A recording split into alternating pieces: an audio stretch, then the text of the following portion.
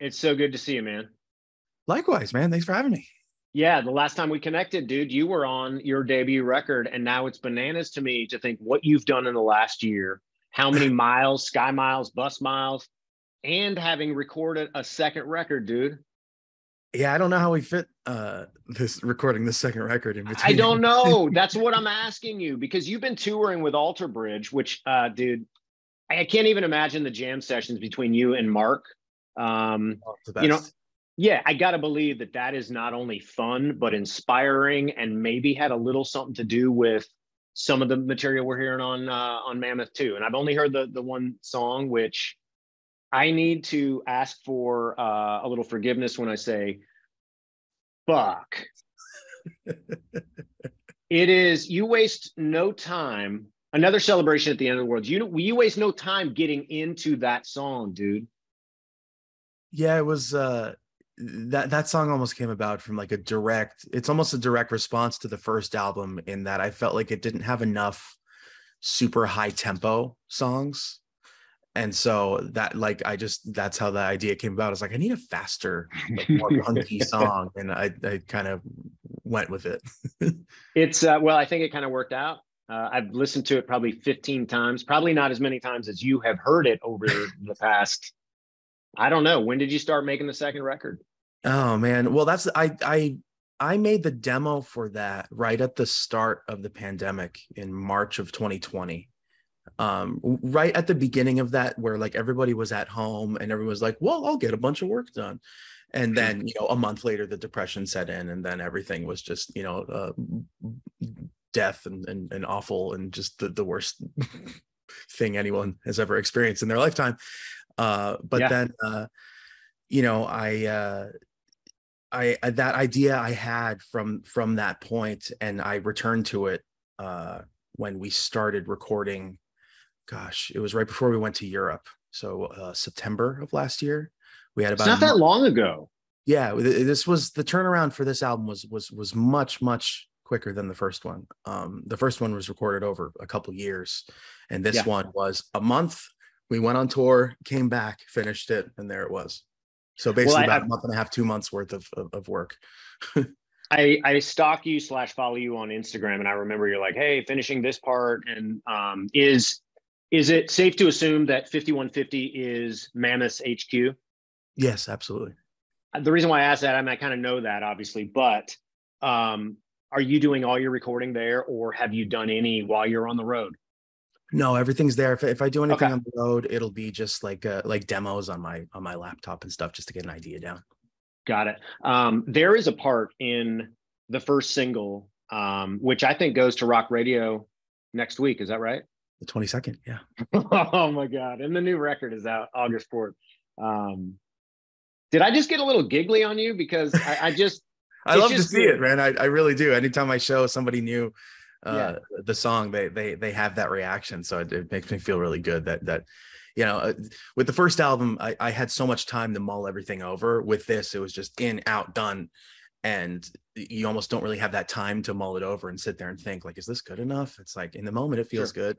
But Yeah. now that it's lasted, I'm stoked. I think this album is better than the first one. My notes for another celebration. You waste no time grabbing our attention with ripping guitars, loud ass drums. And is that a cowbell or a wood block? What is that? It's a plastic, it's a rock block, I think is what it's called.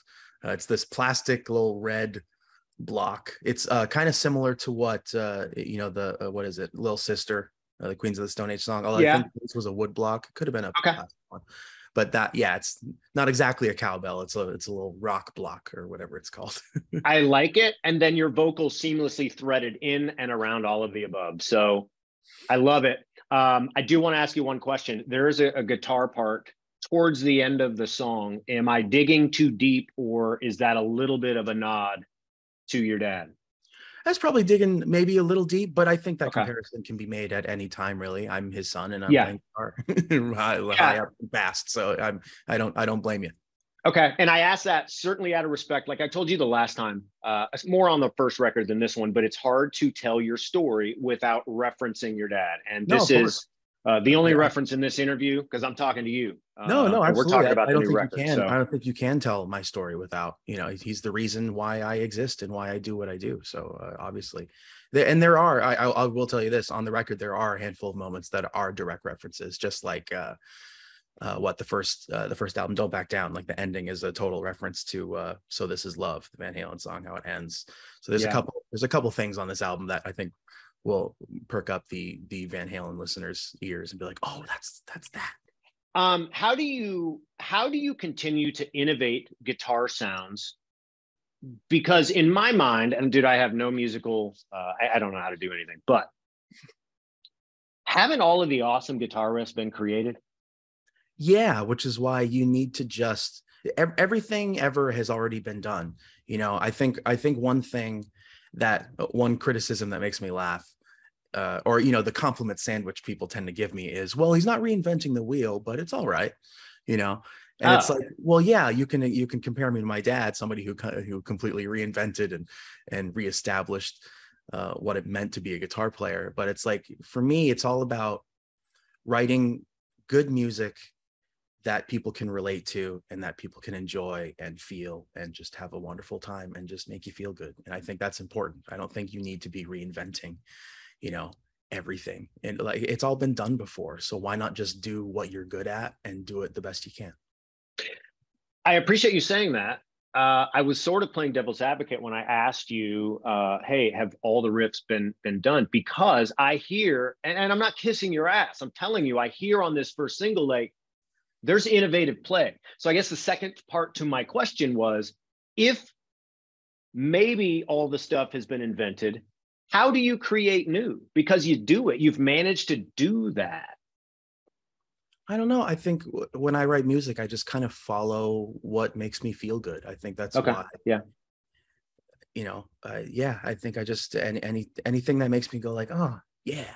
All right. Keep chasing that feeling, or if it's not there, it's not worth digging for. Yeah, let's talk about this Alter Bridge tour, because dude, I feel like the two bands, it is an awesome pairing of music, and you've done several legs of this tour. Yeah, we did Europe for 2 months, and then we did a whole first leg of this, and now we're on the second leg. And I frankly, I can't believe they still want us around. It's a pleasure to be a part of this. You're so humble, and I just appreciate that. I think that is one of the coolest aspects or traits of anybody's personality, because do you know what I mean? Because a lot of people that aren't humble, I'll take it, but like, it's cool to hear you say that. I don't know. It's just, what's the point in being an asshole? Yeah, dude. Why be that guy? There's no reason to be that guy. Is it fun as shit? Is it as fun as we fans of your band would think on the road, playing live music? Yeah, I think I'm so lucky to be able to do what I do and every night, and to be able to it's so trippy to see. Like, more recently now, it's like I'm seeing a lot of people sing the lyrics back and stuff, and it's like, we've been doing this for 2 years, and to start seeing that, it's like, wow, this is like, people are like, you guys are actually listening to this. Like, it's trippy. It's very, very humbling and exciting to be a part of, for sure. That's super cool to hear you say, because your debut record, in the grand scheme of things, had not been out that long. So it's got to be pretty jam up to be on stage playing, and then you get that instant gratification / feedback. So that's pretty badass. Yeah, I feel like we've all, like, me and the guys, we've all noticed like this sort of this change, like, thing is like, it's really starting to grow, and it's a crazy thing to see. It's like, we're coming back to places that we've been to once or twice before, and we notice, hey, there's more people wearing shirts, there's more people singing back, the crowds are louder after every song, and it's like, wow, shit, we're really doing this. Yeah. It's amazing. It's a great feeling. You're going to be busy for quite some time, because you're kind of getting close to the eve of the release of the second record, and then, dude, it's touring. Oh, it certainly is. I don't think I've ever known what I was going to be doing next summer, even on a casual front. But I can tell you right now that we'll be opening for Metallica, which is just a ridiculous thing to say out loud. It is. And that's one of the things I wanted to ask you. How does that go down? Is there ever, it's really none of my damn business who is on your phone and who's not on your phone, but it's more management, or does it ever start with a text message from any of these bands that you work with? And I say work with and not for, because dude, I mean, you talk about a Metallica tour with Mammoth opening, that to me, don't waste your time doing those bong rips in the parking lot. Get in there and see the show for real. You know what I'm saying? Exactly. Like for real, dude. No, I think sure, that can happen in every pretty much way that you could describe it. But in this case, I think it was, well, I'd met James in 2015. He came to the Van Halen show in San Jose. He was a really sweet guy, super, super kind. So I'm excited to get to connect with him again. Yeah. But it probably most likely has to be when I met Lars at the Taylor Hawkins tribute in London, because he kicked ass. It was awesome. We hung out for a little bit, and he was super nice. And then I guess he reached out to our management and made the ask, which was crazy. I still can't believe it. I won't believe it when we're doing it. I can't believe it's in the round too. We need to figure out how to do that. That's gonna be crazy, but that's a problem for future Wolfie. So I have a lot more to focus on right now. I love that you said that, because like just having to figure it out, like, you know, in your mind, you've probably got a couple of mental sketches, but I love that, because in the round for your band, probably haven't done that before. So let's map this shit out and see how we can best utilize that space. And again, I think it's a total compliment, right, for Mammoth to be out with Metallica. But on the other side of that, I look at it like it's another opportunity for more fans to get to know your band. Yeah, because that's inevitable. Not everybody's heard of Mammoth yet, right? It's an incredible opportunity to be in front of that many people, you know. Yeah. And especially, I mean, if you listen to that new song, we almost lucked out that this new album is a bit heavier, because the bridge in Another Celebration is practically straight up Metallica with how thrashy it is, and it's exciting. I can't wait to play that song in front of that crowd.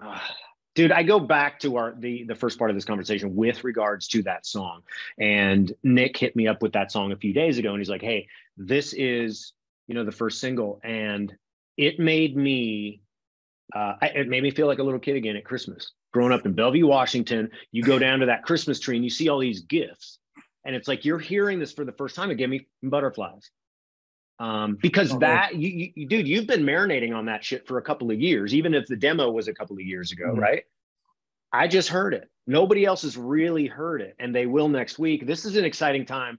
Oh, dude, wait till you see the video. Wait till you see the video. The video is honestly what makes it. It's if you saw the Don't Back Down video, like how it was a bunch of me's in the studio. It's really, really fun. This video turned out amazing. We're very excited about it. The fact that you're amped up about it makes me even more excited to play it on rock stations around the country. My home base is here in Chicago. That's awesome. And of course, I can't wait to see you guys. I know you played here last year with Alter Bridge.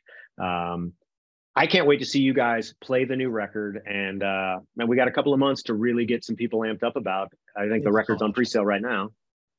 Yeah, I'm really, really excited. This is looking like it's gonna be really fun, busy but very fun year. Yeah, let's implore people to buy a damn t-shirt, a concert ticket, and the new record. That's how we make money and to support the bands that we love. Let's do it. I can't wait to see you again on the road, and man, I am amped that you would carve out 15 minutes for me, and I can't wait to do it again. I'm sorry I'm late. I was sorry. It's just the Zoom shit, man. It's good. Like, I don't know why there's an update that's been like stalling. I try to open it. I got to figure it out, but yeah. But thank you, man. All right, you take care. Wolfie, I'll talk to you real soon. Thank you very much, and dude, awesome. Got it, man. I'll see you next time we're in Chicago. I can't wait.